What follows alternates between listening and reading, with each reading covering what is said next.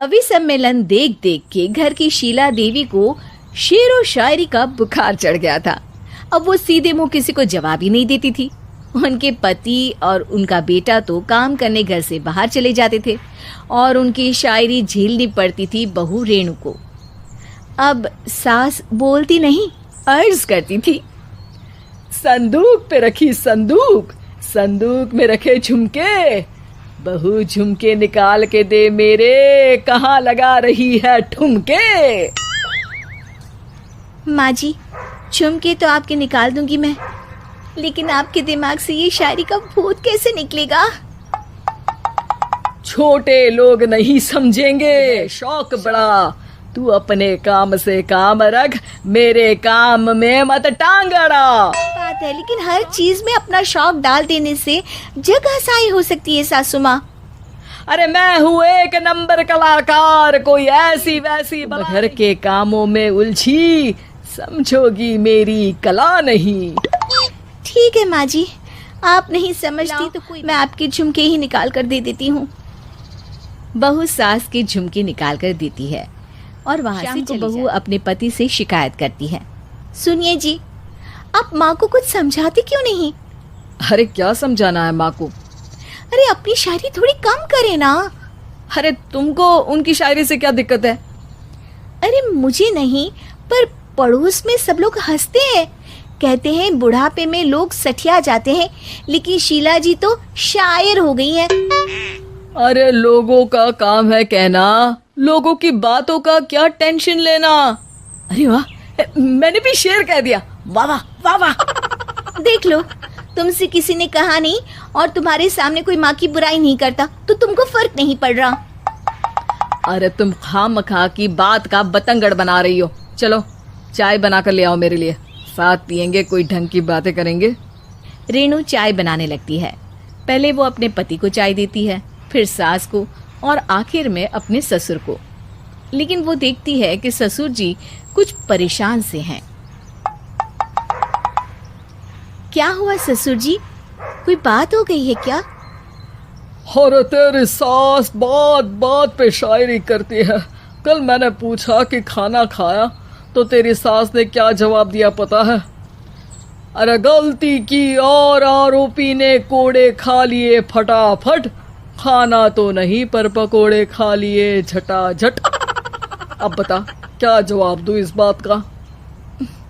वो तो सभी से शायरी में ही बात कर रही हैं, मुझे भी समझ में नहीं आता कि क्या करूं मैं।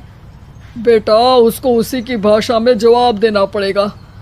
मैं तो आम बातचीत में भी उसके सामने कुछ नहीं बोल पाता, शायरी में क्या बोलूंगा भला।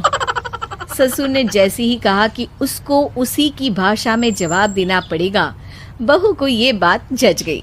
अगले ही दिन वो शायरी की कुछ किताबें लेकर आई और शायरी की प्रैक्टिस करने लगी ताकि सास को उन्हीं की भाषा में जवाब दे सके। उसने दिन रात एक कर दिए। एक दिन सब साथ में बैठकर टीवी देख रहे थे, तभी रेणु सबके लिए बिरयानी बनाकर लाती है, लेकिन सास को बिरयानी भाती नहीं। कौवा करता काऊ काऊ, चिड़िया बोलती ची ची, इतना खराब बिरयानी बनाई है कि मुंह से निकले छी छी। बस इसी मौके का तो बहू को इंतजार था, क्योंकि अब बहू सास को उसी की भाषा में जवाब देने के लिए तैयार थी। माँ जी, हमको अपनी ये बेकार शायरी ना सुनाइए, जैसी भी बनी है बिरयानी चुपचाप खाइए। ससुर जी और रेणु के पति ने रेणु का जवाब सुनते ही जोर से ताली बजाई और सास ने जब रेणु का शायराना जवाब सुना तो उनके गले में बिरयानी अटक गई। बहू ने एक और शायरी का तीर छोड़ा। शायरी में बहू के सामने सास हो जाएगी ढेर, क्योंकि सास मारेंगी एक शेर तो बहू मारेगी 1.25 शेर। सास को छोड़ के सब वाह वाह करने लगते हैं। आज पहली बार सास को नहले पे दहला मिला था और रेणु ने सास का मुंह चुप करा दिया था। अगले दिन रेणु का पति उससे कहता है, अरे वाह, तुमने तो माँ की बोलती ही बंद कर दी, मजा आ गया। अब मेरे लिए कुछ बना दो, खाकर मैं काम पर चला जाऊं। शायरी ही है मेरा जीवन, वही करूंगी जी भर के, नौकरानी रख लो कोई, काम नहीं करूंगी मैं घर के।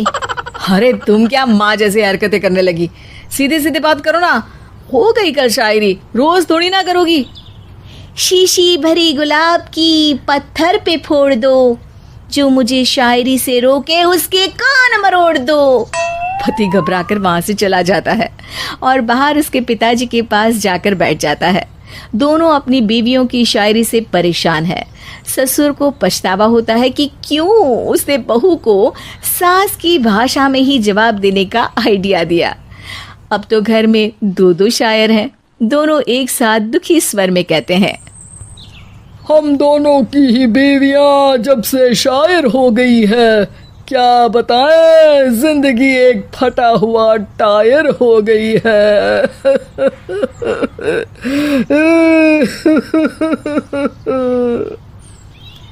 हम दोनों की ही बीवियां जब से शायर हो गई है, क्या बताएं, जिंदगी एक फटा हुआ टायर हो गई है।